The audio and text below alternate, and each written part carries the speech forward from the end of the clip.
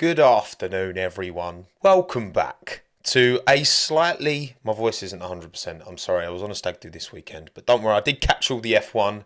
Welcome to the post-race stream for the 2023 Spanish Grand Prix. Roll intro. I do apologise. Look, you're going to have to... I thought it was okay. I was doing the last lap yesterday and the night before last and the night before that were quite... when in Newcastle, or Newcastle, as you would say. Welcome, Sam, Hophaze, Michael, Joanna, Jin, Louis, Professor, Evans, Alvaro, Aaron, David, George, Adonis, Washita, Thomas, BC, Tina, Danny, Roly Poly, Jess, Thomas, Cone, Brianna, Jake, Michael, Habibi, Xander, Aswin, Frankie, Jordan, Nick, Dougie, Martin, Daniel, Bobby, Elvin, Ramiz, Mr. Frenzy, and Ben, and Helita, and Danny, and Michael. And thank you to everyone who's watching this after the fact, of course, on YouTube. Most of you do. You can't all make it. But like time zones, it's okay. It's okay.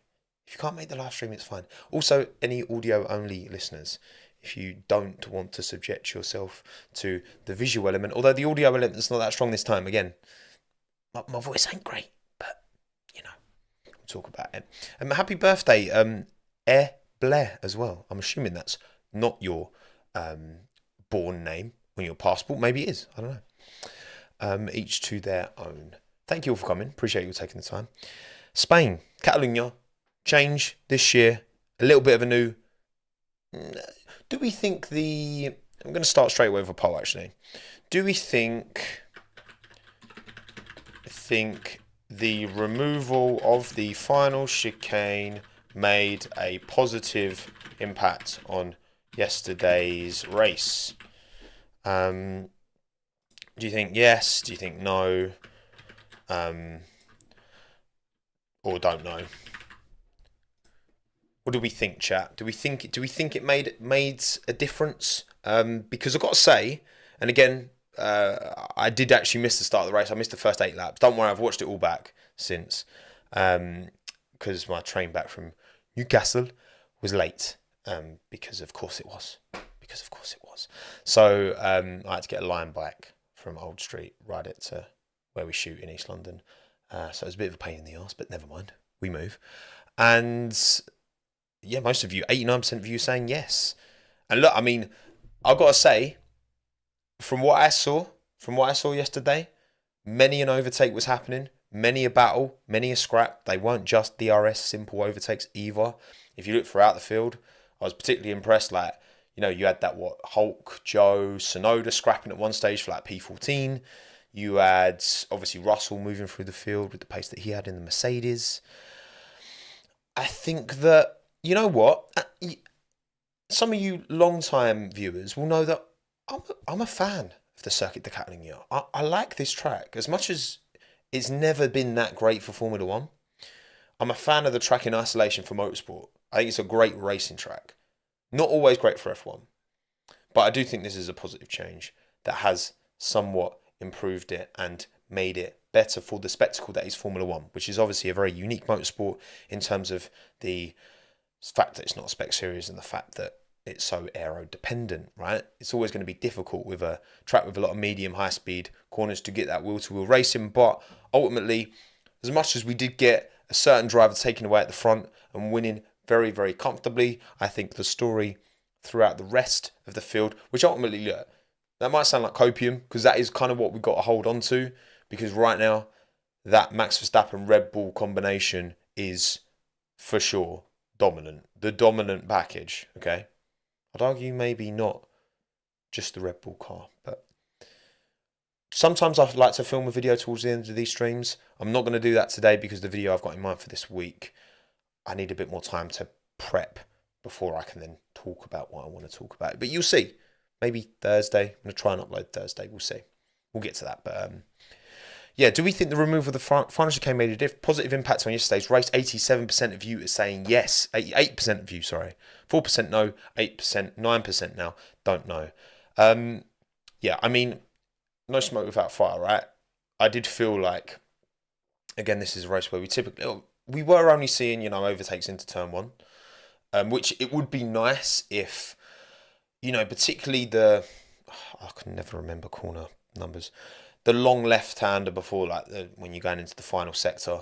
It's a shame that's less of a braking zone now because it's less of a sharp corner, but then we never really got overtakes there anyway because it's quite hard to follow through that section regardless. So it is a shame that there's not another overtaking opportunity, but at least it's a good one that we do have. So there you go.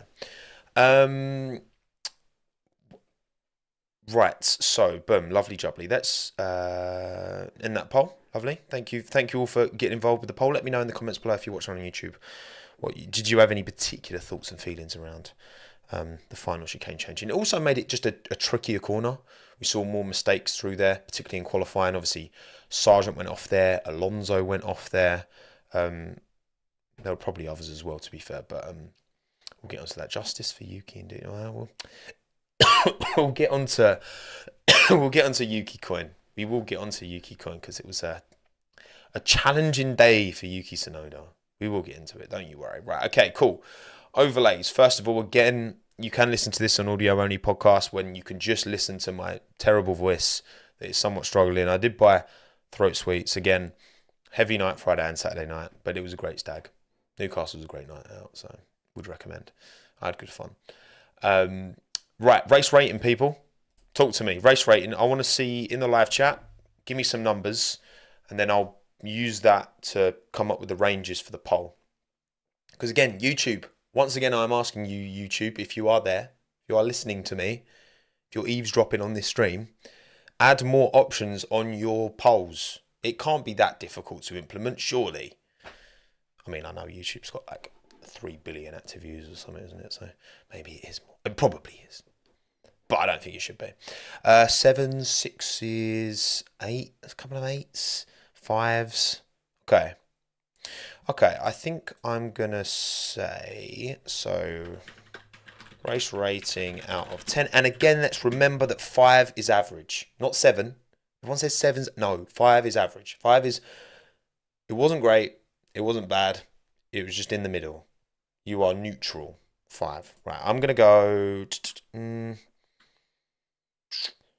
I'm going to do 7 or more. I'm going to do 6, 5, or 4 or less. That's the range. What we saying, people. And also, thank you, David, for joining Friends of Tommo. I appreciate it, mate. £2 a month, gang. If you want to join, if you want to support what I do, £2 a month helps top up the old bank account at the end of each month, and I much appreciate everyone who does support what I do. Thank you. But you don't need to do that to support what I do. You just need to watch. You need to give me your time, and then hopefully I do enough to justify you spending some time with me here today. I've definitely become like this. These streams have become a much bigger part of what I do on YouTube, and because I could probably, yeah. I mean, if I was purely thinking from like a business viewership, ad revenue point of view, the standalone videos that I make typically get more viewership and therefore earn me more money. But these streams they're different. So I can do the streams and I can do normal videos, but also these are a bit more like enjoyable. I got to be honest, I enjoy these streams a bit more now. Because this is the whole reason I started the channel in the first place. I wanted to talk about Formula 1. And I can't really have that kind of discussion in the comments a bit, of course, on the videos, but it makes a lot more sense. It's a lot more flowing on these streams. So, appreciate you all taking the time. And also, like the stream if you are liking it, if you're having fun. Boom. Right, what we saying? Let's have a look at this poll. Where's the poll gone? There it is. Okay, so race rating out of 10, 32% of you have given it a 7 or more. 39% of you given it a 6. 21% a 5. And 8% of you a 4 or less. Okay. About to be expected. Again, I think by modern Catalonia standards, where we've been racing since 1991, I think this was a good race by Catalonia standards. It's an exciting race by Catalonia standards. However, when you ignore the standards and just like look at the race straight up, for me, it was a 6 out of 10. I agree with the 38% now of you. For me, it was a 6. It had. I feel like when you don't have a scrap at the front for the win, which of course we didn't because Max was comfortable. He stayed ahead out of turn one. Once you do that and you check out and you keep that gap nice and consistent. We saw very little Red Bull. We saw a bit more Checo, of course, as he was making a few moves through the field, but like we didn't see very much of Max. When that race kind of happens, I think you have to kind of cap it at a 8 out of 10. I think that's the highest that kind of race can possibly be, because nothing beats a proper scrap for a win. Like what's on the line matters massively. Again, Tsunoda, Joe, Hulkenberg. I just remember that particular little scrap that they had.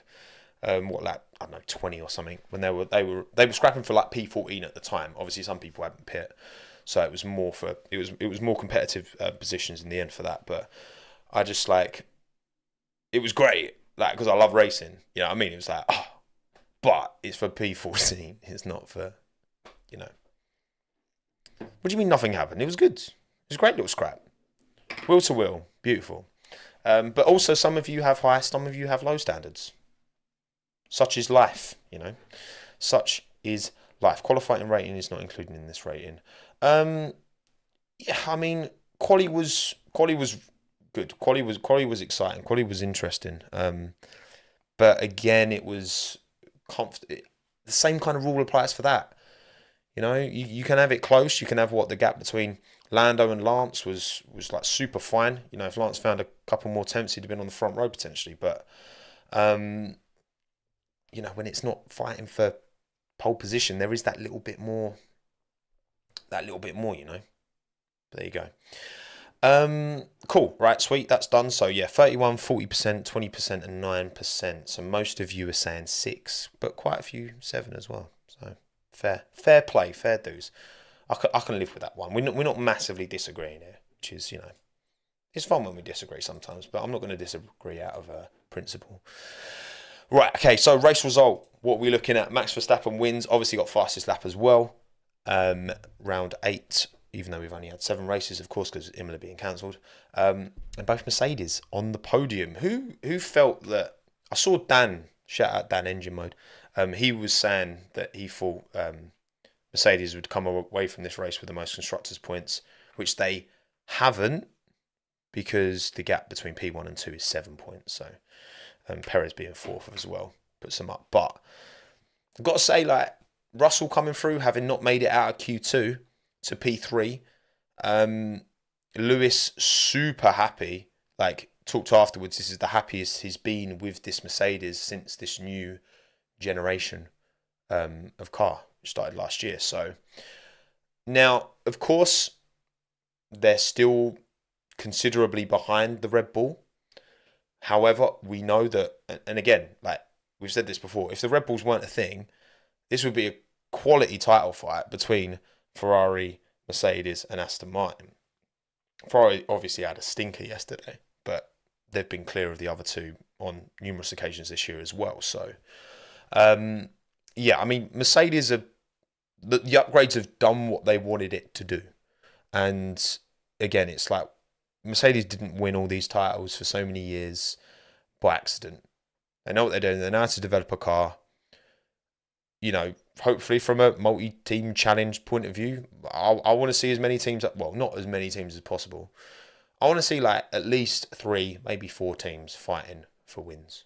I don't want everyone to be able to win every race. Maybe that's an unpopular opinion, but I think you don't get the giant killings then. You don't get the stories. If every team's the same, then you don't get those same, oh my God, how did they get pole positions from nowhere? Like Magnussen at Brazil, whatever. Or when Gasly won in a Toro Rosso, or not won, P2 in a... No, he did win. He won in AlphaTauri, P2 in a Toro Rosso. I'm confusing myself anyway. But yeah, positive steps forward from Mercedes, but still a very long way to go. Russell P2 Spa, exactly, Diogo. You don't get those stories if, all the cars are equally competitive. So, but again, 3, 4 teams fighting at the front is plenty. That will do me. Checo made his way up to P4 in the end. Should we poll that? No, we'll poll that later. We'll talk a bit more detailed as we go through all the teams. Alonso also not a great qualifying, having gone off, run wide, caused a bit of floor damage, and it wasn't. He moved through the field somewhat, but the Aston Martin didn't seem to. I was surprised actually. I was expecting Aston Martin, considering they're pretty good on their tyres. I was hoping for a bit. Maybe if Alonso had started a bit higher, then it's hard to say. I think a lot of teams were quite surprised by how the track went, especially Ferrari. Charles Leclerc, P11. Damn, not good. Not a good day. Yuki Tsunoda P12 as well, which could and maybe should have been a lot more. Not good for the McLarens either, considering Norris put it P3. Quality job in qualifying. We've seen it a few times this year, though. The distinction. I think what I feel like is that because the whole field spread, again, Red Bull are a bit of an anomaly because they are just exceptionally good, and the Red Bull gap to the rest is bigger than I think the gap. Oh, actually, that's a point. What is bigger? Here we go. That's a bit weird out of context. What's bigger? This is the poll, right? Red Bull gap to P2 or P2 gap to P10? Yeah, that's an interesting one. What's bigger? Tell me. I was trying to think actually. What? Yeah. So Red Bull's gap to the second quickest car. I mean, obviously you could crunch the numbers actually. I think on an actual percentage, I think factually, it is P2 to P10. I think when you look at the percentage, like average lap time, but where's Brake when you need him? Exactly. I'm not a performance engineer as much as I'd love to be. I'm pretty sure it is so it'd be like obviously Mercedes were the second quickest car, them to Williams. I mean Williams were absolutely awful this weekend. So, but I mean a lot of you seem to you're pretty split. I mean, and that's the thing. I think it's the gap constitutes a lot of things. It's qualifying. It's not just qualifying pace. Because, I mean, qualifying, definitely, it's the gap P2 to P10 is much bigger. But I think race pace-wise, when you include, like, the DRS on certain tracks, I don't know, I feel like maybe around a track like Monza, I reckon the gap Red Bull to P2 is bigger than the gap from P2 to P10. Because, the Williams has got it's got no drag because it's got no aero, so it's a NASCAR. You know what I mean? Perception is reality. It's an interesting thought. Anyway, we won't dwell on that one. It's just an interesting thought to have because again, the general field spread has closed up somewhat, and again, I think that just means that when you have an issue, it's more exposed. The fact that Charles in a Ferrari wasn't able to cut through shows, obviously in part it shows the fact that Ferrari have kind of once again let themselves down, but also the fact that again it's not easy for Charles to Gasly ahead of him in an Alpine. I mean, Ocon got a podium last week. Like Gasly qualified P4 before he got his penalties. So should we be massively surprised that Leclerc couldn't progress any further than P11? Because that Alpine is not slow. Not really.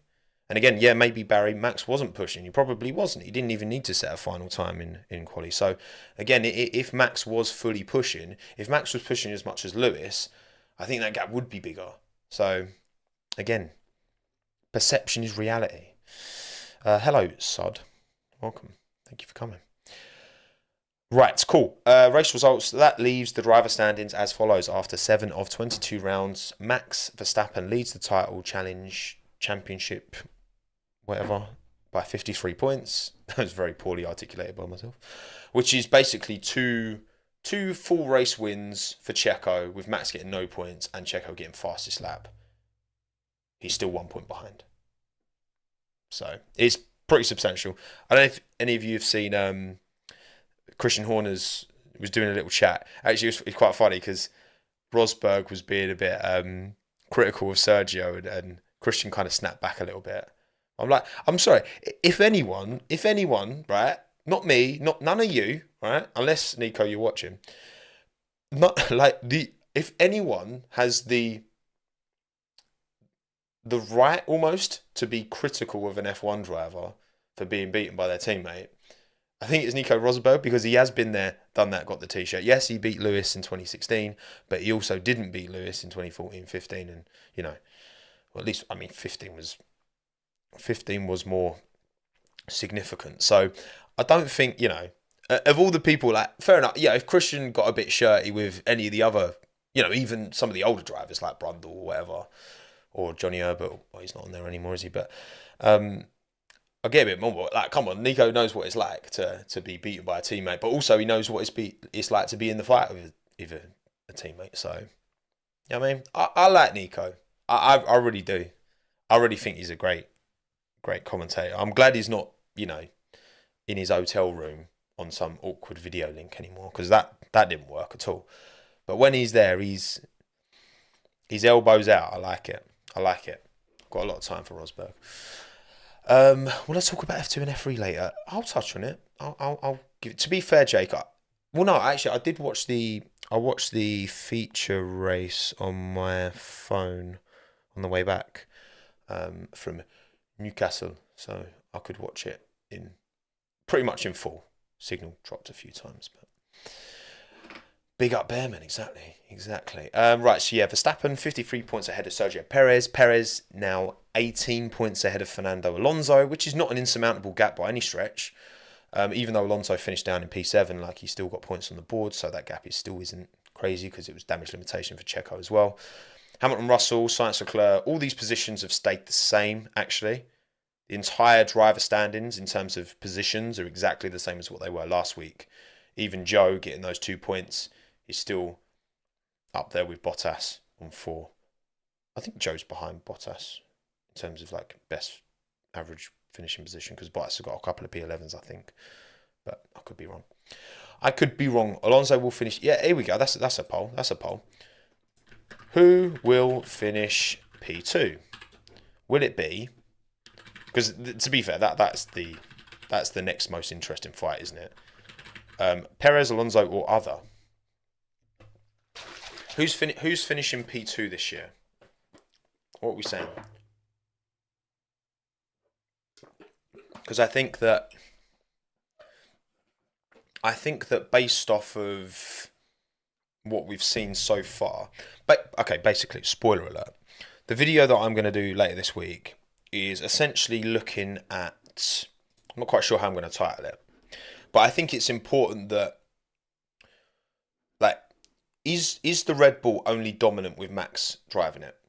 Because dominant, like, the implication of the word dominant is that it's like a clear, vast gap. Whereas, like, you can be, ahead, but not dominant. So basically, I'm going to go through all the 7 races and get rid of Max, and then look at what the points, because obviously you get more points. You get 25 for winning, but you only get 18 for finishing second. But also look at the qualifying and all that as well. That's what I'm thinking of doing.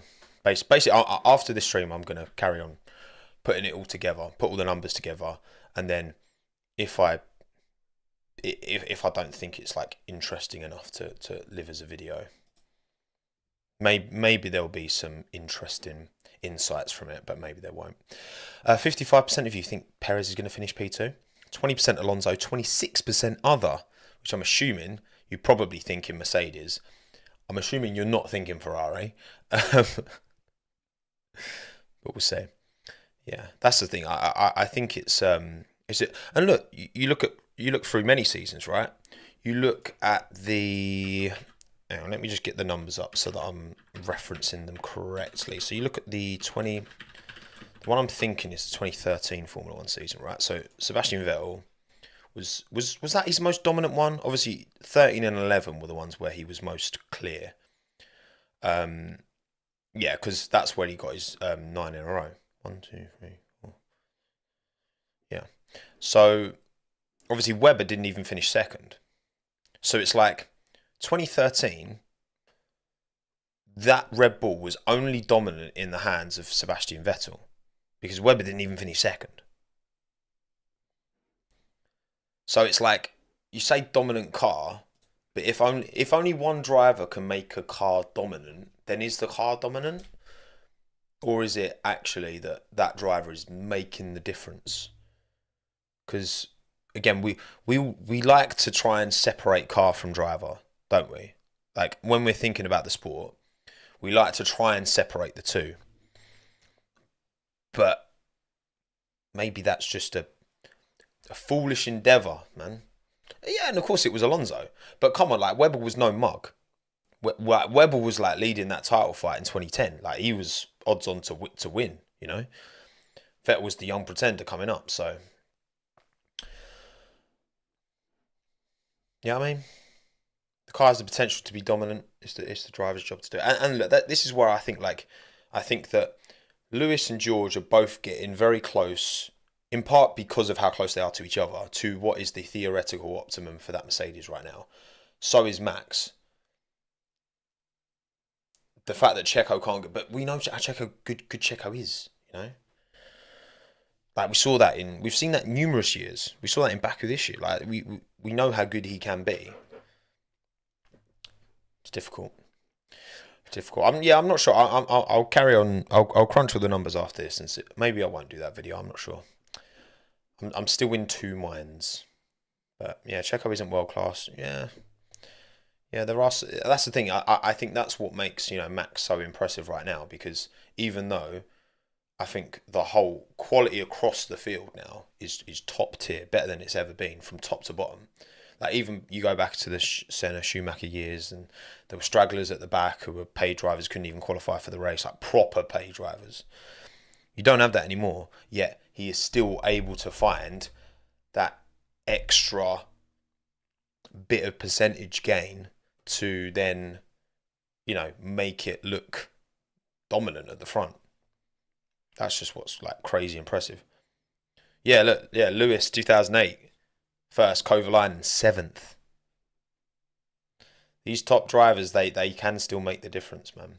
They can still make the difference. Cool, right, P2, so yeah, 52% of you think Perez, 21% Alonso, 27% of you other.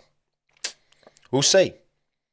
We're about a third of the way into the season, aren't we? So significant chunk done, but plenty more to come.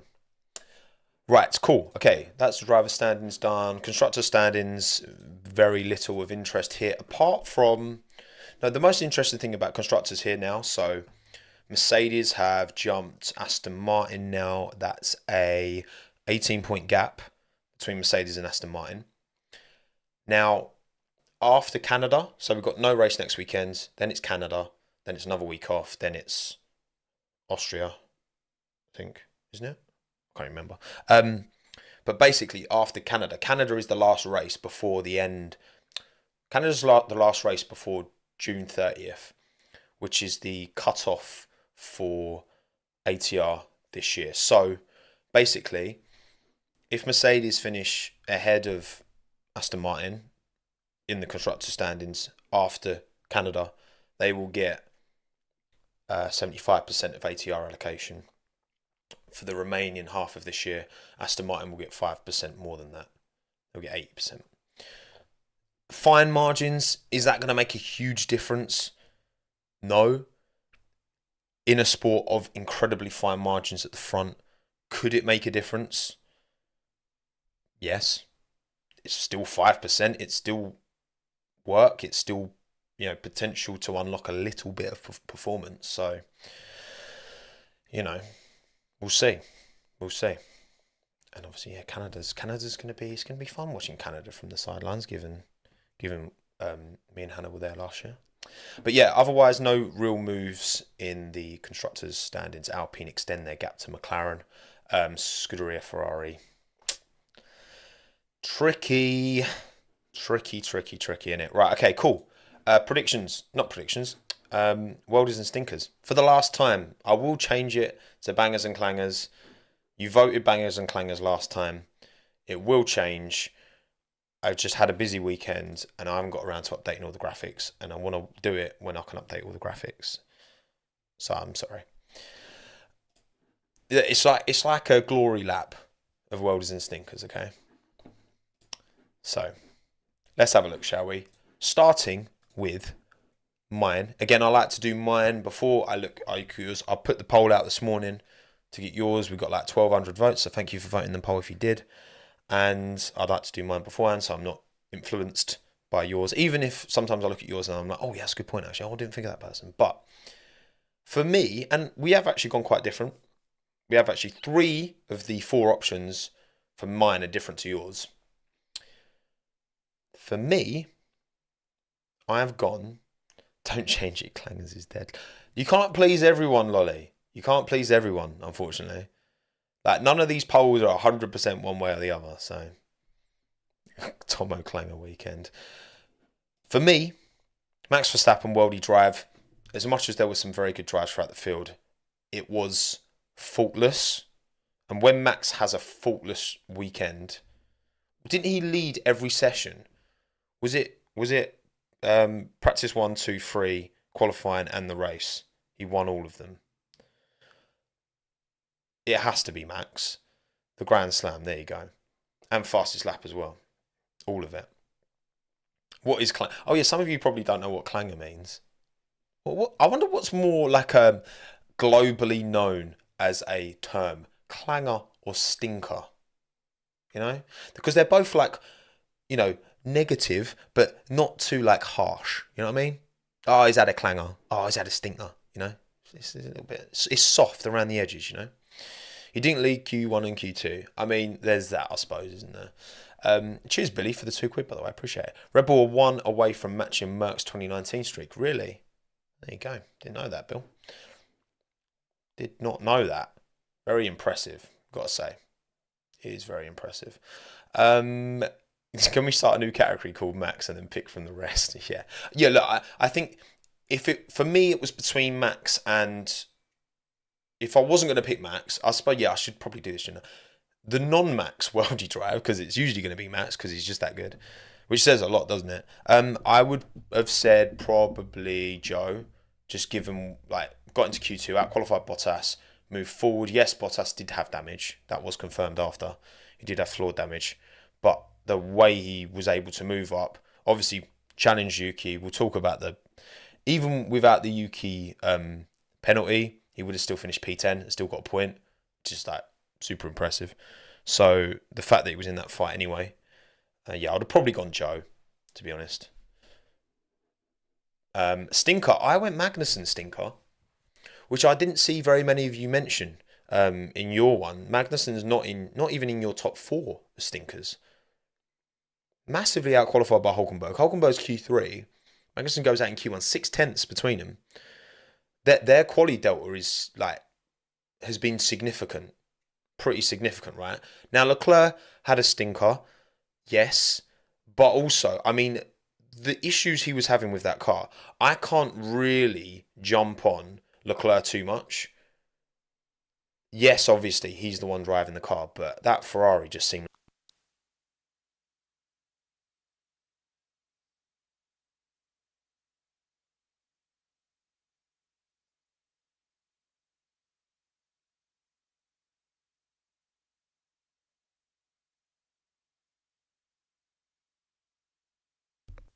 Can you hear me now? Sometimes when I touch his microphone, the audio goes off. Anyway, the fact that Hulk moved back doesn't exonerate Magnussen from the absolute stinker, in my opinion, that he had. So, Kevin Magnussen, I'm sorry, mate. Am I still low? Am I still quiet? Oh, yeah, I am a bit, aren't I? How's that? Why is my mic like this? I need to get a new cable, I think. I need to get a new. Mike is having a stinker. You're right, it is. Apologies, everyone. Thank you for. It's good because the live chat just goes as soon as it goes wrong. Video only podcast. There you go. Thank you, Will.i.am, for the $2 USD. Appreciate it, mate. Audio only listeners won't need to put up with that because I'll have cut that bit out. So you're welcome. In the little mini edit I can do. Haas mic. There you go. Exactly. That's a Ferrari mic. Don't you know? In fact, there's the Ferrari logo underneath here. It's not really. What I was saying was that yes, Hulk moved back. It was a slow car, but that doesn't exonerate Kevin Magnussen's stinker for me. Worldly team Mercedes again, good progress. Like they were really happy. The fact that George, see him and Lewis coming together in qualifying was a bit saucy, but at the end of the day, came through really good pace. Passed, both Aston Martins ahead of him, passed Sainz ahead of him, passed both the Alpines ahead of him. Great job from George, of course, but also great job from Mercedes giving him the car that Lewis could just, pretty comfortably get P2 in the end as well. Great drive from him and all. And stinker team Ferrari, I got to say, like, my God, that team, man. That team feels more in shambles than ever. And it's not even strategy. This is the thing, right? Most of the time, we've been on Ferrari's case. Of course, yeah, engines blowing up. True. That's not strategy. Surely that's not part of the plan, right? But, my goodness. To move backwards so much in the race. Yeah, they might be close in qualifying, David. But that's pointless if you can't convert in a race. Again, especially around a track that you can overtake at now, seemingly, Catalunya. Even with this bit more dirty air that's coming from these cars, the change that they've made, it seems that you can overtake now. So a good qualifying it's not a slam dunk at Catalunya, like maybe, it's never been a slam dunk at Catalunya, but yeah, it's been tricky in the past to get moves done. So yeah, you can't rely on that. And yeah, moving back through the field, I don't think Carlos could have done too much more, to be fair to him. I just think that car was stinky. And again, Leclerc, that gap to the Alpine isn't big enough for him to just waltz on by, So yeah, big issues for Ferrari. We don't trust them on strategy anyway. Their cars break down. We've already had one this year with Leclerc. And now they just don't even understand the car. Leclerc was just not happy at all. Understandably, of course. Man, this is the team he banked his World Championship hopes on. It's obviously different stages of career, right? But it's almost like when Vettel went to Ferrari with all this hope and dream of, that being the team to give him the championship. I know some people say, without Vettel, having his little stinky moment in Hockenheim, that he could have won that championship. I still think probably would have gone to Lewis. To be honest, I still think that there wasn't quite the performance in that Ferrari, but also we'll never know. But at the end of the day, like Vettel went there to live the dream, and it ended up being a little bit of a nightmare. And unfortunately, it started well for Charles when they had the illegal engine. Sorry, not illegal, whatever. But man, it's not looking good. And like we've talked about this before, haven't we? Like, if Charles has ambitions to win titles, surely, like, if he could go to Mercedes, if that move could be a thing, which it might not, because Lewis is literally discussing his contract with Toto. Like, is it today that they said? I think Lewis said he's going to be talking with Toto very soon, anyway, about renewing. Yeah, I think it was today. So, if that door closes for Charles, then it's tough for him to see like, where's the hope, to any of you Tifosi out there, like, where's the hope, man? I don't see any. Like, it feels like last year, as much as I still think, yeah, without the strategy blunders and all that, Red Bull, by the end of the season, they had a car advantage for sure that they didn't have at the start of the year. But I still feel like that was the opportunity. I still think that 2022 was the opportunity for Ferrari. If they'd have really, when Red Bull were, having cars break down and they're having their issues at the start of the season, if they'd really capitalised at the start of the year, you know, if it, and obviously, yeah, of course, if Charles didn't spin at Imola, he didn't crash in France and all this, right? But if they'd really capitalised on that early season pace, I think that was the chance. I think that was the chance, man. And it just seems more now that Aston Martin have caught up, now that Mercedes are back at the races. Yeah, it's a shame. It's a shame, man. I've got a lot of love for Shah, and I feel for him. I feel for him. But it's a team sport at the end of the day, and only one driver can win the drivers' championship. Only one team can win the constructors. And when you got 20 drivers and 10 teams, there's a lot of most are going to end up disappointed. You know, most are going to end up disappointed. Right. So they're mine. They're my world is in stinkers for the very final time. Final time. Yours are as follows. Boom. Well done. I respect. 26% of you, Zhou Guanyu, Worldy Drive. I appreciate that. As a fan of Joe. And you know what? Like, we'll get onto it. Actually, no. You know what? No. Yeah, we'll get into it in a bit.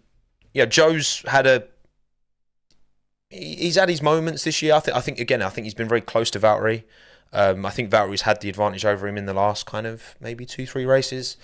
But I think this was an important result for him. He said he felt like this was, you know, his best drive in F1 so far. And hard to disagree. He had a great start, made up a lot of places, and was on for a P10 with the Yuki penalty, P9. So regardless of the penalty, I think that, you know, they both deserve points. Come on, let's be honest. Like, I think you can definitely say it was somewhat harsh, the penalty. But again, we'll dive deeper on that when we get to Yuki talk time. And then 23% Hamilton, 22% Russell. They both had the exact same number of votes. So I put Hamilton above Russell because he finished further ahead. 19% Verstappen. Thank you, Muad, for the 10 quid, mate. Much appreciated. Hamilton is grinding that gap to Russell in the standings. As each race week goes by, Hamilton has another gear to kick into when he's happy with the car underneath him. Yeah, look, I think that over the course of this year and a third, season and a third we've had, George has been the more comfortable driver in that Mercedes. Overall, when you consider maximum comfortableness, comfortability, George has been the more comfortable driver in that car. It feels like now Lewis is starting to, as the development moves in a direction, he felt, again, he said it, this is the most comfortable he's felt in the car this entire, you know, this entire new generation. I think there's a degree of truth. Look, you hark back to what Daniel Ricciardo was saying. One of the issues he was having at McLaren is because, you know, the reason he used that ignorance is bliss line, which I think was a very honest and blunt way of putting it. Like, you know, Lando's fresher, he's younger, he's you know, been at that team the whole time as well, been at McLaren. So as much as, you know, he understands how to drive that McLaren, because Lando's not driven anything else. That's all he's driven, that McLaren. Obviously, multiple generations, but still a McLaren. Whereas Daniel's lots of experience at, you know, first when he was at HRT, and then Toro Rosso, and then Red Bull, and then Renault, and it had all gone really well, and jumps into this McLaren. He's got all this, leaning on all this experience, all this way that's dialed in, and all of a sudden it's not working so well. I think with Lewis, you know, it's taken him a bit longer to get comfortable with this car, and also experimental setups. Potentially he's a factor in that, especially last year. But yeah, I just think that now he's kind of getting to grips with it. The car seems to be improving, moving in a good direction. So it will be interesting to see when both drivers are equally as comfortable. Because Russell still recovered to finish third and like 5 seconds behind Lewis. So this was, as much as qualifying was weak from Russell, like in terms of the race, like they felt to me pretty on par, right? But yeah, 2 tenths over a 90-second lap. It's just crazy. It really is, isn't it?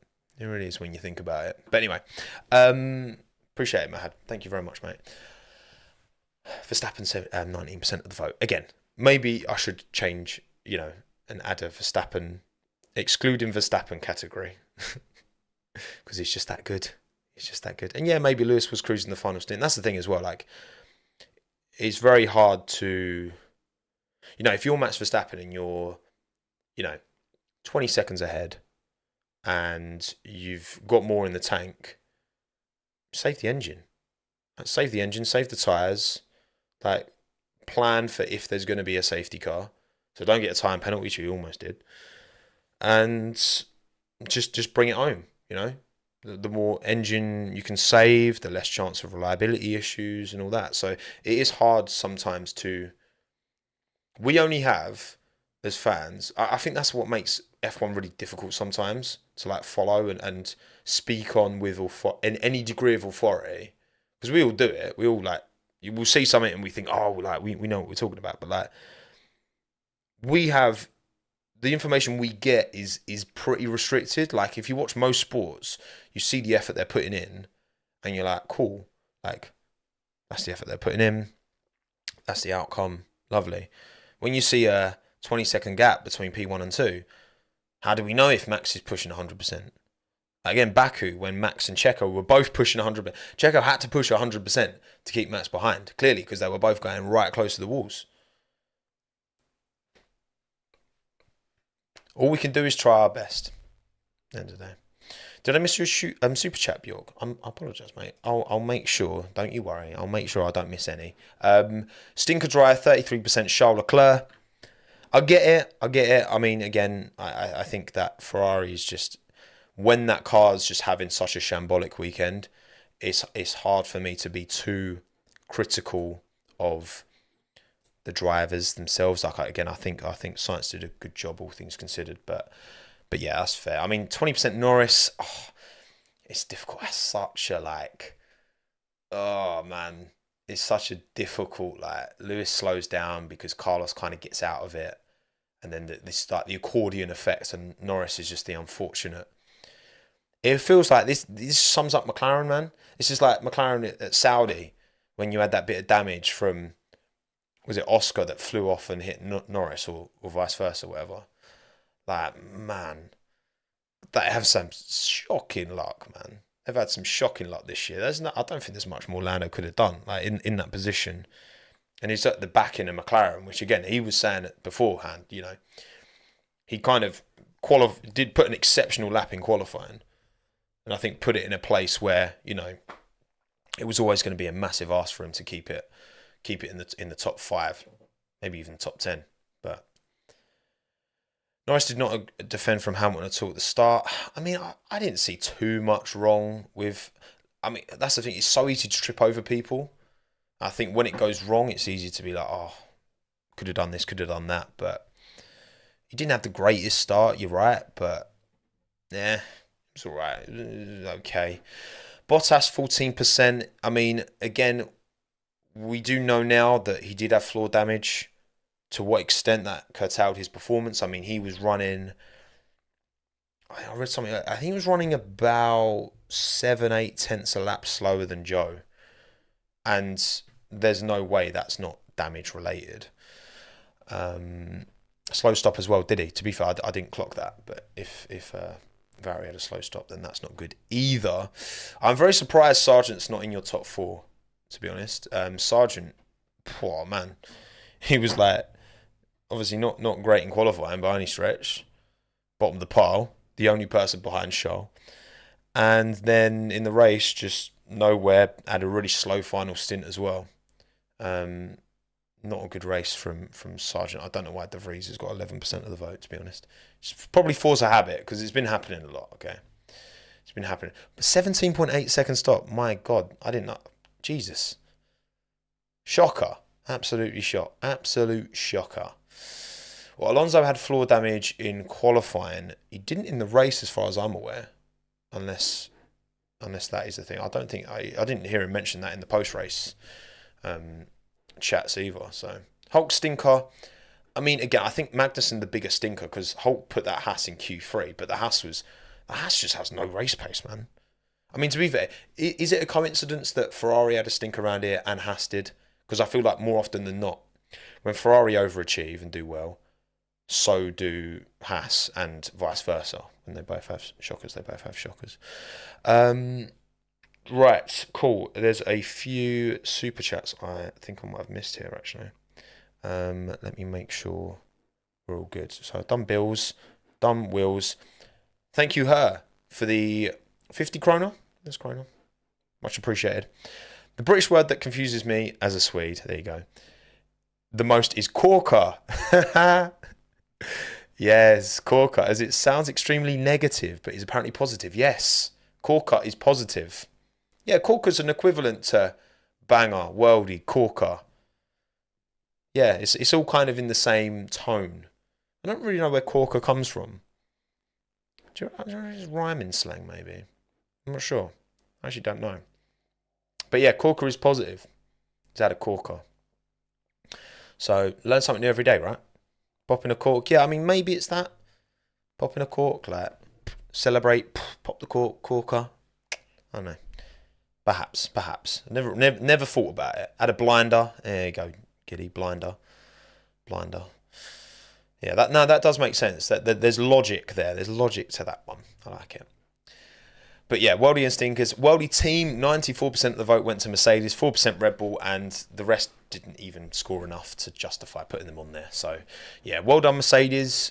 Good progress. Now make the car competitive with Red Bull quickly, because that would be interesting. Shame they never showed how Tsunoda gained like 5 positions in lap 1. Yeah, Tsunoda made gains. Joe made gains as well early doors. So I mean, look, again, Worldy team, I mean, Red Bull designed the car that Max drove to a dominant win. So I guess that's kind of why. Stinker team, Ferrari didn't win. 28% of the vote Ferrari, but 30% of the vote went to McLaren. I mean, I can't justify Ferrari having less of a stinker than McLaren. As much as Sainz finished in the points, relative to where that Ferrari should be, typically is. New upgrade as well. I mean, you look at how the Mercedes new upgrade's been bolted on the car at this track. Yes, obviously, they had it for Monaco as well, which obviously gives them a bit of data to work on. But the first race around a proper track, a totally different track to Monaco as well. Like Catalonia and Monaco are polar opposites in terms of what you're expecting, what you're asking of the car. And you come to this, and it's just the Ferrari's just nowhere, and just no understanding seemingly. Whereas Mercedes seemed to be really happy and kind of got exactly what they expected. So, there's someone at the door. I should probably get that. I'm gonna roll intro. Bum bum bum, and then I'll put the thumbnail back. There you go. 2 secs.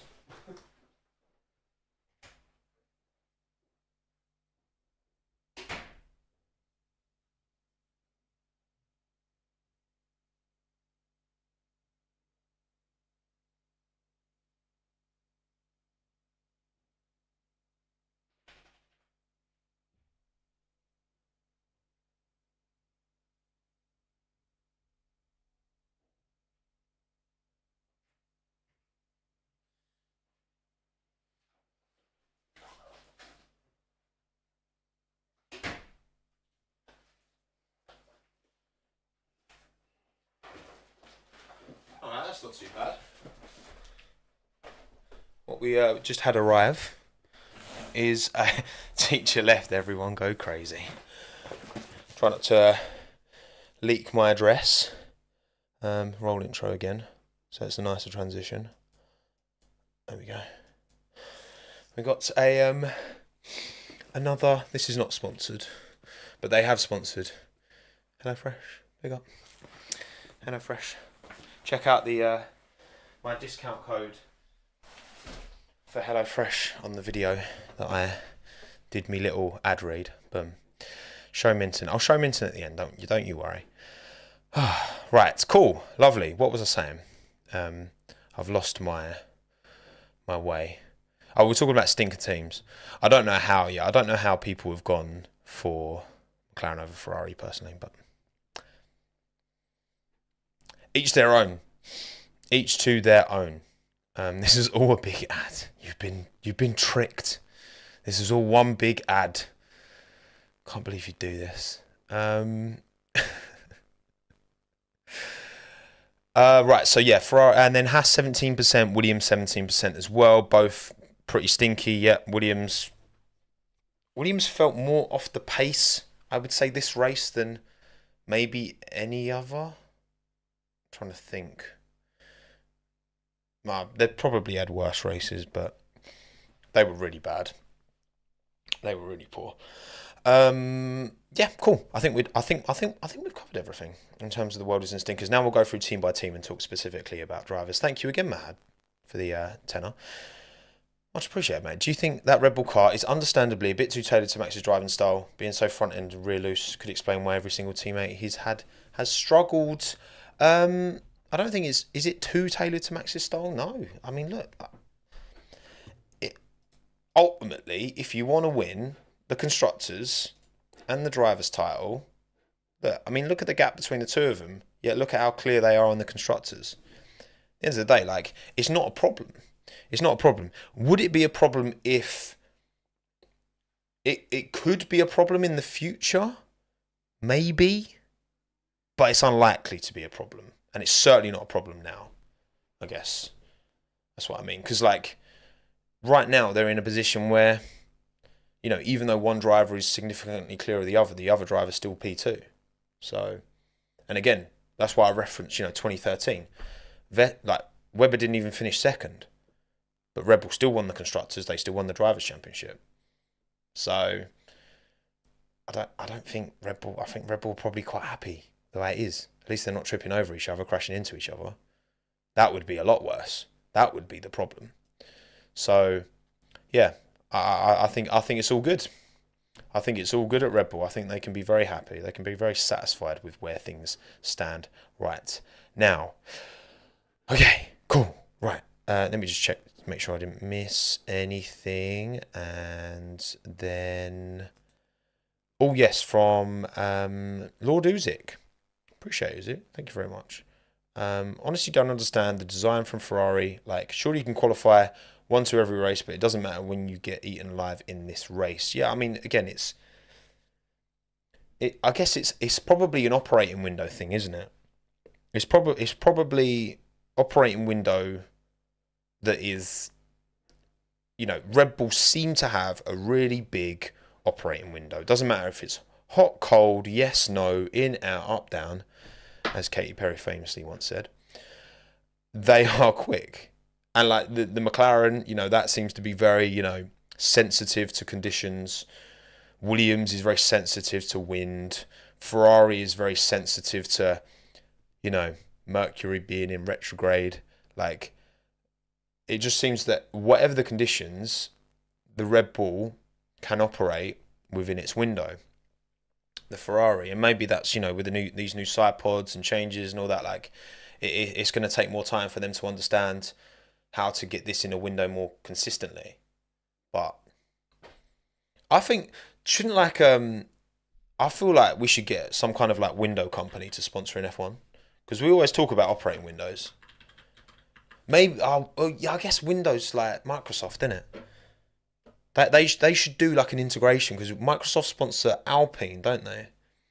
So they should do an operating window thing.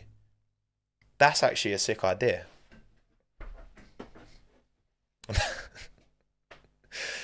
That is actually a sick idea. You can take that. You can have that one for free. Alpine, if you're watching. Operating Windows updating, yeah, exactly. Real funny, buddy. Oh god, terrible, awful. Right, okay, cool. Let's. Your hat is the new Williams logo. Maybe. Williams. Did we all see the picture of the Williams floor that looks really underdeveloped? And maybe the image was a little bit deceiving, but I mean, it doesn't look very developed, does it? It doesn't look good. Doesn't look great. Doesn't look fantastic. Oh yeah, fantasy. I completely forgot to talk about fantasy. Oh, there's not much more to say about Williams, is there? I think Alex just did another He said he's like didn't really do anything wrong in qualifying, kept it clean in the. Oh, he did go off in qualifying, didn't he? A few people did, but yeah, it was like that. That's kind of where the car is. So Williams feel like they're falling a bit behind again, which is sad. Right now, let's go back to Fantasy League. So F1 Fantasy details on screen, league code, all of that. Tommo F1 Fantasy League, and I did okay. I'm quite fairly satisfied. 287 I scored. What did you lot score? What did you score in fantasy this weekend? So obviously Yuki would have got me more points if he hadn't got that bloody penalty. George did a great job. Max won the race. Fernando was okay, like not great by the standards he's set anyway. But Aston and Red Bull both got me all right points. Obviously Mercedes would have got you a lot of points. Oscar didn't do very well.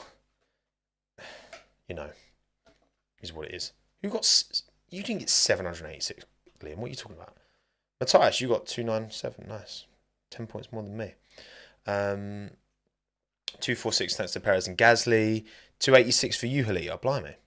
1 point in it. Yeah, not the best, not the worst. It was okay. I still haven't used any of my boosts or any of my things. So yeah, Oscar 3 points, Yuki 11, Jules 31, Max 92, Fernando 14, Aston 40, Red Bull 96. I keep forgetting to make a team. Yeah, I've done that a few times. Don't worry, it happens to the best of us. Perez might be a good shout because he struggles in quality and makes a lot of good overtakes in race. True. Yeah, how many points did Checo get? Does anyone know? What he got at Spain? I'd be interested to know. But yeah. Anyway, right, AlphaTauri.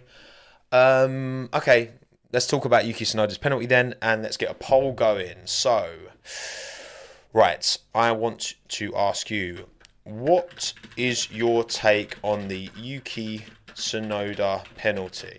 So, deserved. Racing incident. No, it's not racing incident. Deserved, not deserved. Just to do deserved, not deserved. Because it's obviously not like, yeah. I'll just do deserved, not deserved. Oh, actually, no. I'll do deserved penalty, not deserved. Because Yuki was implying that Joe was like playing games. So I'm gonna give that an option as well. Do you reckon Joe played the game? So basically, if you didn't see, turn one, Joe is attempting to make the overtake around the outside, and he is ahead, kind of in the braking zone. Yuki kind of carries the speed because he's on the inside, and then Joe, as far as Yuki's concerned, he leaves space, enough space. There's no big curb there, so you can not a full car's width though. He doesn't really leave a full car's width, I'd say. Yuki thinks that Joe gets out of it early to kind of make a bigger deal with it to try and get Yuki a penalty. That's kind of how he felt in that moment immediately after anyway. Sorry, I thought it was... Oh my God. Oh man. I was really looking forward to that sneeze and it's just gone. Oh. Blimey. Yeah, and then Yuki went, because obviously on that turn one, kind of two chicane, the runoff is a lot less punishing than it used to be. It used to have to slow right down and go round a bollard, but you can carry a lot more speed through there. So, Joe, it wasn't like Joe wasn't still positioned to go for an overtake, but the whole penalty is that he pushed Joe off, and 5-second penalty for pushing Joe off, not leaving him racing room. So, 20% of you think it's deserved, 68% of you think it's not deserved, and 12% think it's actually Joe being naughty, playing games. Look, it's one of them. It's very tight. It's very tight. I think that, and it always, if there's gravel on the outside, and we talk about this, don't we? It shouldn't matter what I remember, what was it, Austria 2021 or 2? It was 20 or 2021. I remember when Norris pushed Perez off and then Perez pushed someone off and it was all that. And we were saying about how if there was runoff versus if there's gravel, should the outcome determine. And obviously, when it's easy to look at it and basically be like, well, Joe was able to carry on. He was still right behind Yuki after, so it's harsh because he could have another go. Obviously, if there's gravel there, Joe also acts differently because Joe won't like drive over it. He will slow down to try and stop because he can't go. He won't want to go on the gravel. This was a whole debate, wasn't it? Obviously, Abu Dhabi 21 when Lewis kind of cut that corner on the first lap.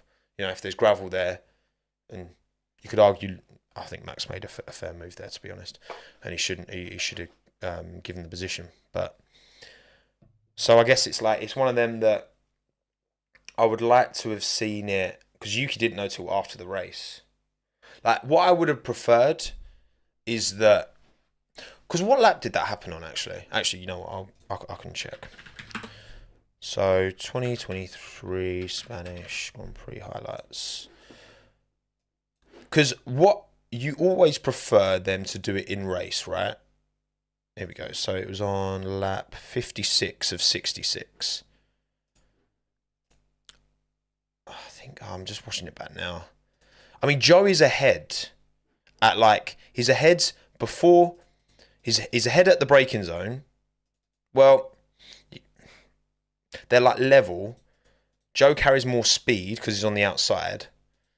And then he kind of, he jumps out of it. There is space when he jumps.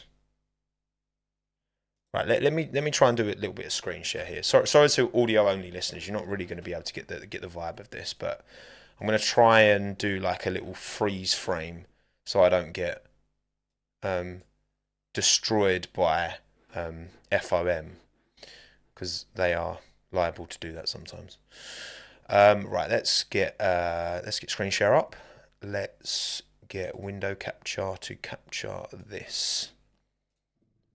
And then we'll make it big on screen. FOM, be kind. Be kind to me. Be kind. Okay, let's see if this works. Okay, so here we go. So we've got Joe, DRS open, alongside each other. Right. You can just see, obviously, you see the plume coming from Yuki's tyres. You've hit the... it's fun. Oh, watching be banned live. Brakes, boom, bit of dust. So they look pretty bang on level here, didn't they? For a little bit more. Still pretty level.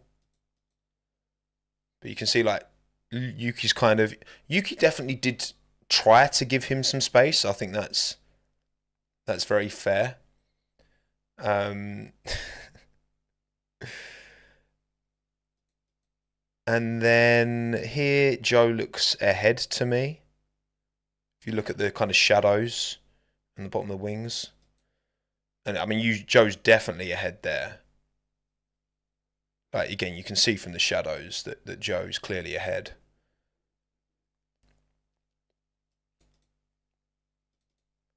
They're pretty much level. This is pretty much where Joe bails out of it. Oh no, that's here, isn't it? So here, Joe's literally just about to bail out of it. Yuki understeer, maybe? Does Joe deserve a near and shit Asri award? Maybe, Will.i.am, maybe. And then still side by side. And then that's when Joe's like, no. So obviously, Joe could have carried on around and would still have had 2 wheels on track. Not necessarily full cars width. But Yuki felt like Joe bailed out of it early and made almost a choice to bail out of the move that he could have stayed there. It was a bit early. So again, that's them going round. I feel like if I keep pausing, maybe FIM won't ban me. We'll see. And boom, round, side by side. You can't really see much from there. And then Basically, that is there. So he bails out. Yeah, I'm. It's one I don't have a really strong feeling on it. Like, I do think what I would have preferred to have seen, that's 10 laps from the end. What I would prefer to have seen than what actually was given, which is a 5-second penalty, is swap positions. Because Joe did back out pretty early. So I don't know. We'll see. Also, I would have preferred to, if they're going to do that, don't give him a 5-second penalty. Just tell him to swap positions. I could have lived with that. I think 5 seconds is very harsh because obviously that drops him out the points entirely. It would have been another P10 if they had have just swapped the positions around. So, and I'm surprised because I expected afterwards, when we were filming the podcast last lap after the race, I was kind of looking on Twitter, just expecting like AlphaTauri to have kind of contested it or something, but I didn't. I don't know. Did they? I didn't see that AlphaTauri contested it. I saw a quote from Yuki as well, and I think he was like saying he thought the team might have contested it, but they didn't. So, is there? Let me see if I can find a Joe on board actually. A few of you are saying, yeah, but again, if he wasn't, it's not just the fact that he attempted the overtake; it's the fact that he was significantly alongside, if not ahead, for most of the corner, and maybe not give. It's tight. It's tight margins. But I'm saying I'd rather have them swap positions than give Yuki a penalty. But Spain 2023. I'll see if I can find Joe on board. Can't seem to. It's not like a clear one. Let's see if this. Hang on. Is anyone going to show it, or is it just the? Oh yeah, okay. There is Joe on board on this. Okay. I found one with Joe on board, so we're gonna have a look at Joe's on board. So, sorry again, audio only people. You're just gonna have to go with the flow with this. Oh yeah, Ocon's one was a bit naughty, wasn't it as well? Right, let's get the screenshot up again.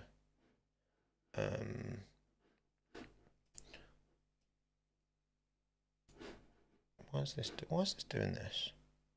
Why is full screen still showing borders? That's so weird. Right, okay, so this Joe's on boards. We're good, all good. Yeah, we're good. Right, cool. So this is the braking zone. Kind of, yeah. Joe seems is like ahead, but then Yuki seems to kind of brake a little bit less, or I don't know. Because then, yeah, I mean, they're bang alongside here at that line. Joe was dramatic. That forward a little bit. Joe's eking out a bit ahead now. Like, you can't see Yuki here.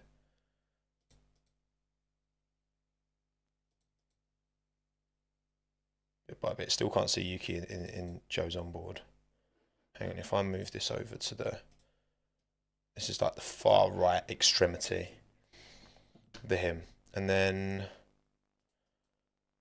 So then you can see Yuki's little flex box front wing end plate appearing. Let me just play it back through.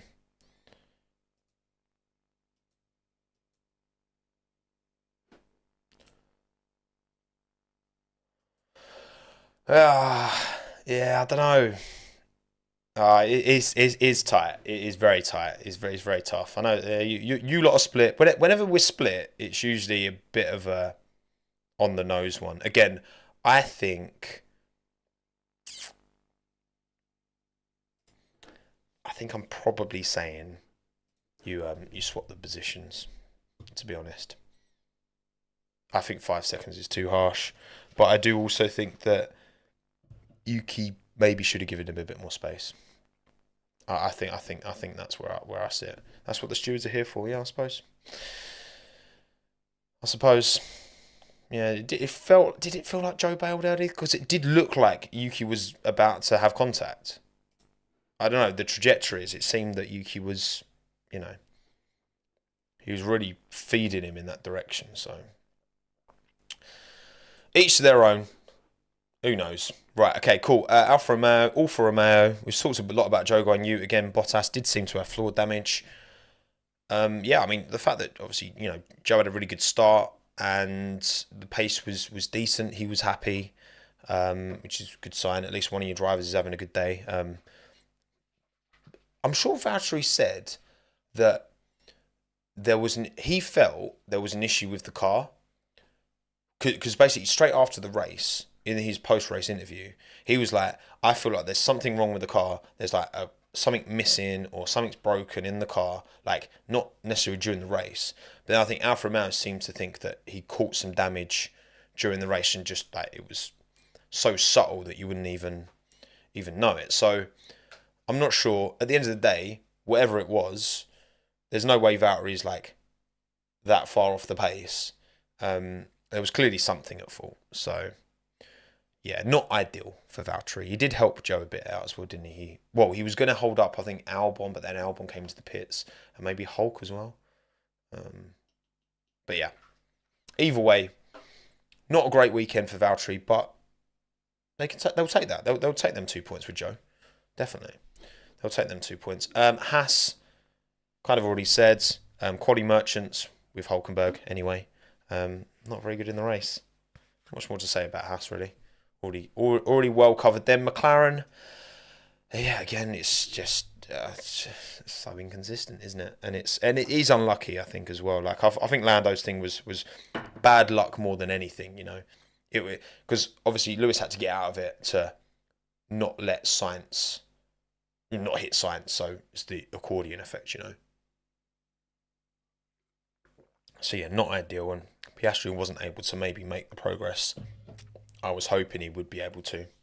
But then also the fact that Lando was just stuck at the back the whole race as well probably tells you that it became a bit of a testing session, especially for Lando. So yeah, I would say unlucky, Waldo. I would say unlucky. I think, on that first lap, you're so close. And if you're expecting the car in front of you to carry a certain amount of momentum, it's kind of like when Perez ran into the back of Hulkenberg at Monaco. Or was it Magnussen? It was one of the Hasses. And Perez was like, I think it was Magnussen, because he was like, Magnussen brake tested me. But it was because Magnussen had an issue. Checo was expecting the Haas to pull out at a certain rate. It didn't. And then he went into the back. So Norris had like 5 pits or something was going on. I mean, yeah, they're probably just testing sessions, surely. Like, track mileage is still important. That's why you don't just, you think like if that running isn't, if there's not value in McLaren running Norris around at the back of the field, if there's no value to that, then you just retire the car and save the engine. So they must have been getting some value from it. So I just think, I think that was proper unlucky. But I mean, I feel like Lando's probably going to be finishing. What if we look at the race results? I mean, I doubt he's holding off Alonso. Ocon's pace in the race wasn't crazy good, so he's maybe getting a P8. Maybe getting a P8, I reckon. Norris, sorry, I reckon P8 in the end, but who knows? We'll never know. We will never know. Alpine, again, Gasly, very good in qualifying, but those 2 blocks, very silly. Schoolboy, not good enough from him and/or the team. You can't be doing that, man. They robbed themselves of a great opportunity to, again, if you look at the race result, if Gasly's starting P4, you'd expect Perez to get ahead of him. I mean, that Sainz Ferrari pace was not good. Like, maybe you could have stayed ahead of Sainz. I think you're looking around a P5, 6 potentially for Gasly if he keeps it clean at the start with his qualifying performance. But yeah, not good. Not good. Better to lose 1-2 positions the first few laps and send all the way back. Yeah. I think, again, it's such fine margins, and I just think, I do think that was unlucky. He started behind Sainz, though. I don't think Gasly passes Sainz on track. Yeah, no, true, Thomas, true. It's how bad was that Ferrari pace relative to the Alpine? I guess that's it's difficult to kind of fully comprehend. Yeah, Ocon, man, like like from the last video, right? I got a lot of. I think Ocon's really good, but there's something about teammates. But there's obviously that was really on the nose. That move to defend Alonso super late, and he's done that against Alonso so many times as well. Like, he doesn't help himself at times, Esteban. Alonso might have said it was fine, but was it just because Alonso said it was? I think that was very late. I think that was very late from Esteban, considering how much angle Fernando had to crank on. Yeah, Saudi 22 vibes. Exactly, Noodle. Exactly. Yeah. Not great. Not great from Esteban. I believe in you, son, but you're not going to make many more besties with that kind of behaviour. Hungary 22 as well. Yeah, kind of. But ultimately, they've opened their gap to McLaren. P5 looks well consolidated now for Alpine. So that's, I think, the best that they can hope for at this stage. Ferrari, terrible. Don't want to talk about them anymore. Mercedes, new side pods. Got a bit of understanding in Monaco. New floor as well. But they seem to have struck onto something pretty good here. Canada, in terms of the challenge of Canada, there's a degree of similarity. I mean, it's kind of sits in the middle, doesn't it, between Monaco and Catalonia. It's not got those really high speed corners, but it's got a good amount of flow to it as well. I've got nothing more to say about Ferrari. Mercedes, yeah, it's good, but it's not competitive with Red Bull, and ultimately that they're not going to be satisfied until they are. So it's a step in the right direction for sure. This is the difference, right? Mercedes bring upgrades, and as much as they've faffed about a lot, and finally they've ditched the zero pods and all that. They brought an upgrade, a big upgrade, significant upgrade, and within 2 races they seem to really understand it and be happy with that. This is a good foundation base to work on. Ferrari just seem all at sea, all at sea, not good. Russell Sweatlord, yes, that was when we're doing the live stream. I literally my immediate reaction was, do you reckon? I reckon he's just like weeping in the car with like joy because it's going so well. And George has got big eyelashes, so maybe the eyelashes like flicking the tears into the visor. I was close, turns out.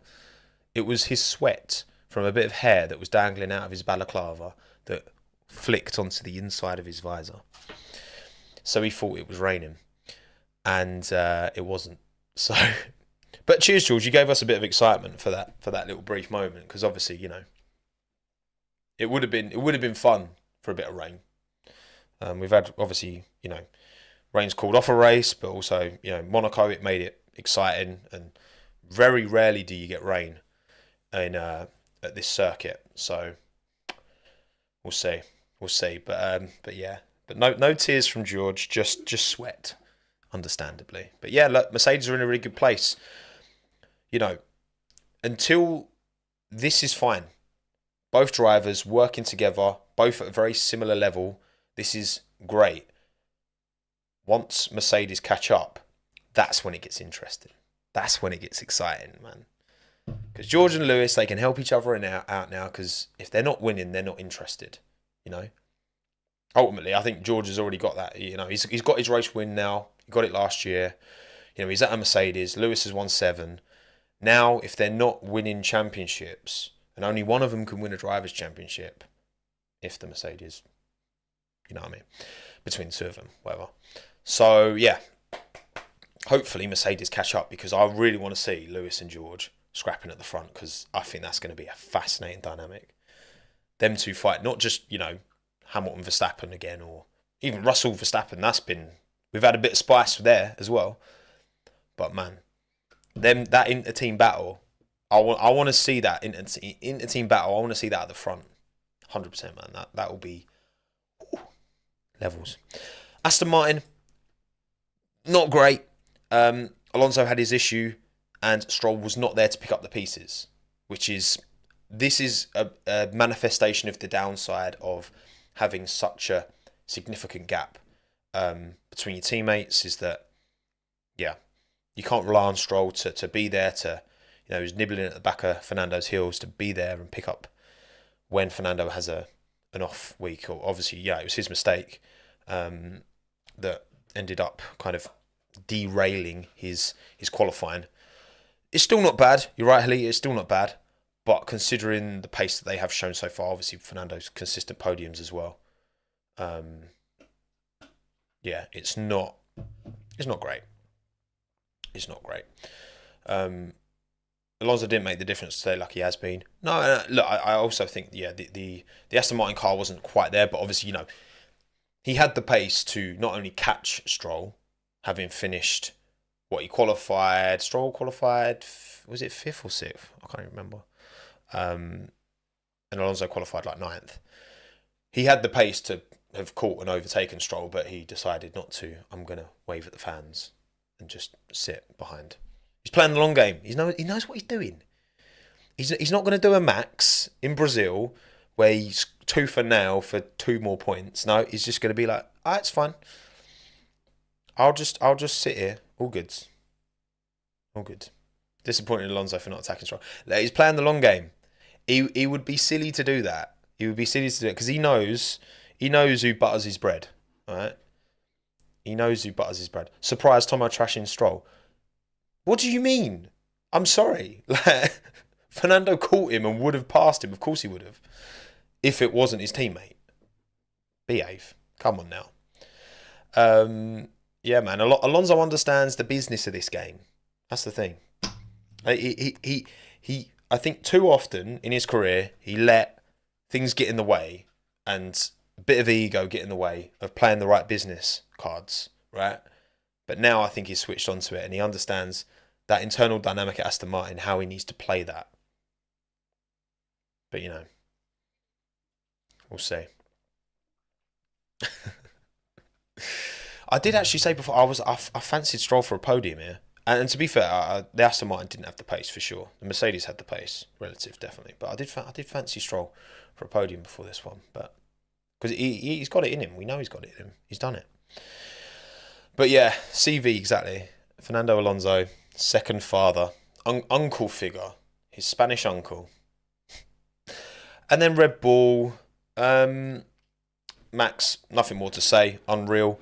I actually do want to. I'm going to do one more poll actually before we wrap this. We've been talking for almost an hour and a half, so thank you again for coming. Don't forget to like the stream, please.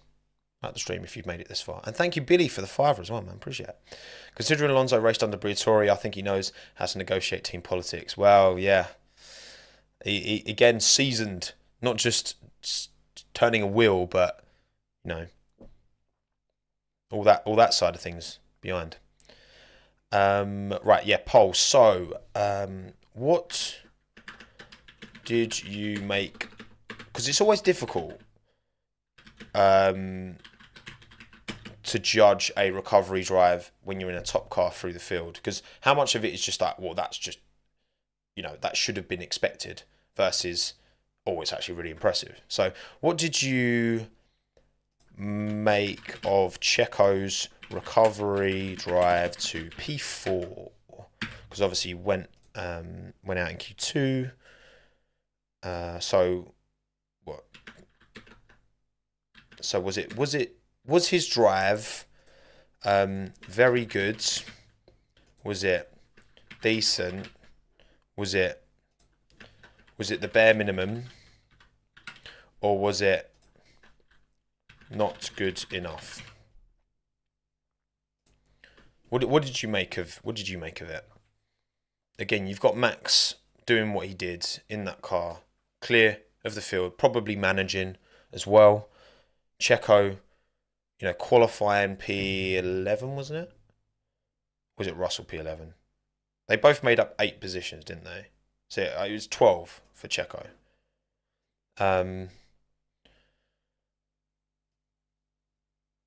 Checo should be in front of Russell 100%. Maybe. Yeah, only 2% of you said very good. 26% decent. 52% bare minimum. 20% not good enough. I want to see something. This is the good thing, right? Because I am one person and I have one set of eyes to watch the race, but then I can look through the live chat and I'll see all these. Oh, okay. This is why I like doing these live streams. I feel like I learn more, because I like to think I don't claim to like know everything, right? I'll miss things. I'll do my best, of course. But it also this is a joint exercise, okay? It might be my ugly mug on the screen, but you're here as well, chat, and I appreciate you. Bare minimum when you're no George P12. Russell started. Oh yeah, Russell did start behind Perez, didn't he? Yeah. No, you're right. Christian smacking down Nico in the after race interview made Checo's drive all worth it. I'm sorry, it was a valid question though. It was a valid question, but yeah, obviously it's Christian's job to protect his drivers, so I get it. I get it. Depends how much you rate Checo. Look, I mean, again, when you're driving clean air, Max stayed ahead. That is a very different challenge to driving through the field. However, if that was Max starting P11, there is no way he finishes behind George Russell. There is no way he's not on the podium. He's probably P2. He's probably catching Hamilton. He's probably not winning the race if it's role reversed. Checo probably, if he can keep it clean first. I don't think he's necessarily winning the race, but he's at least getting P2. Now, for Checo, I think the bare minimum, honestly, yeah, I think the bare minimum is that he gets on the podium. So I don't think it was good enough. Considering George started behind him, considering the clear race pace advantage that the Red Bull package had the potential to give, given what Max was able to do so comfortably. Sure, Max would have won. I don't necessarily think he would have won. I'm not convinced he would have won if Max was starting P8. Like, maybe, I don't know. But like, Lewis had a strong race and a clean race, and I think it wouldn't have been like Lewis would have put up a bit of a fight, and I just think Max would have had to pass George and Lewis and then catch up to Checo at the front, and I don't think that would have been what would have gone down. It was kind of like at Saudi, right? Saudi, Max made his way through, but Checo had enough of an advantage to convert the win at the end, even though Max had to. I feel like it probably would have gone the same way as Ferrari, same way as Saudi. And yeah, exactly. You can't tire save when you're making up positions through the field. And again, if it was role reverse, Checo would have been at the front, being able to tire save and manage somewhat. Obviously, again, not to the extent that Max is able to, because Max is the better driver. But I don't think Max would have won the race from P11. That's what I'm saying. And yeah, I'm bare minimum. Yeah, maybe bare minimum. I don't know. But I was disappointed Checo couldn't get on the podium, I guess. Checo got passed at George at the beginning. Don't forget that. Yeah, of course. But again, I just think that given the package that's underneath him, Checo should be finishing ahead of Russell. Certainly. But there you go. Right. Okay. Cool. I think we are done, everyone. Thank you all for taking the time to watch and listen and interact with the live chat and super chats as well. You've been very generous today. Do much appreciate it. No obligation, of course, but thank you. It helps me continue to do what I do, and I love what I do, and it's an absolute privilege to do what I do. So thank you very much. I'm just checking I haven't missed any. I don't think I missed any, so I think we're good. F2, F3, shout out Ollie Behrman. Big up Ollie, well done. Great drive. And it wasn't Mini, was it? It was Spanish kid who won F3. Marty? Is it Marty? Can't remember. Good, yeah, good recovery from Vesti as well through the field. Yeah, it was Marty. I thought it might have been. Yeah, shout out Ollie Berman. I'm gonna go grab Minton for you now because you lot have stayed to the end. So, re-roll intro. I'm not here, but Minton will be soon.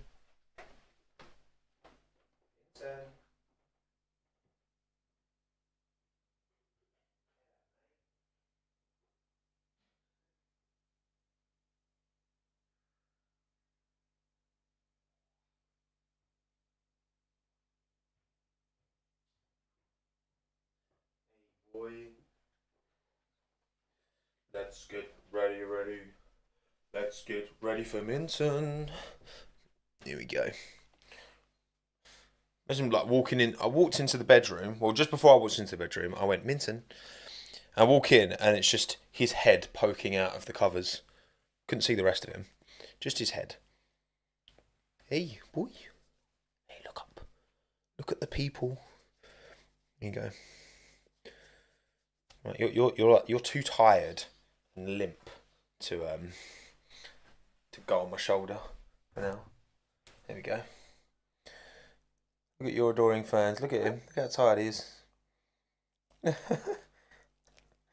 Living his laziest life. Well, I was away this weekend for a stag do, and Hannah was away. She went and saw Coldplay in Manchester, and so Hannah's mum's looking after him.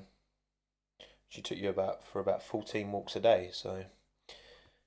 And he could easily go.